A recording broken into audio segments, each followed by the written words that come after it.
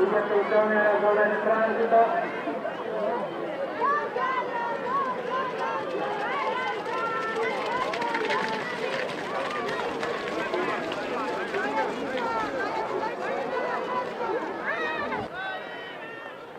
Con un gran finale di gara.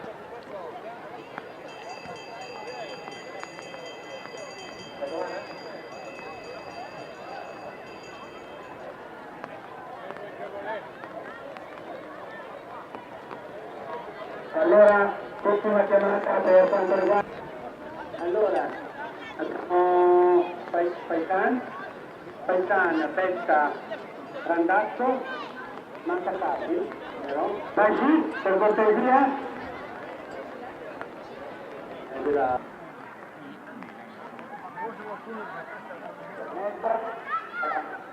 Atleta di casa, quarto posto per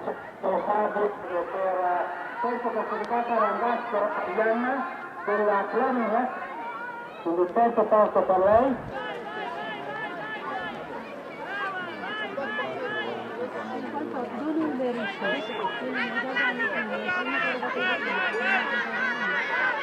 Il primo posto di campionessa provinciale allieve del CSI del Giuliano, Paisan Benedetta, primo posto per lei. Brava.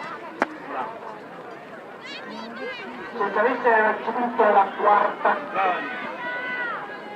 cortesia, attendiamo qualche istante, ci può mettere tranquillamente la mano, perché il fotografo è un attimo impegnato perché ci sono gli cioè, è tutto presente, perfetto. In quanto stanno ormai per giungere al traguardo, anche le atlete della categoria cadetti si stanno ormai sfilando. Per la categoria atleti, appunto, dicevamo campionessa provinciale CSI Paisan Benedetta, secondo classificato Betta Giulia, terza Randazzo Arianna, quarta Cardus Rosi, quinta De Paoli Chiara. Che numero è quelli? Numero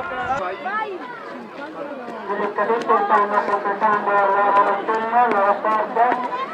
Anche a loro vediamo con gli accompagnatori che stanno di possono raggiungere.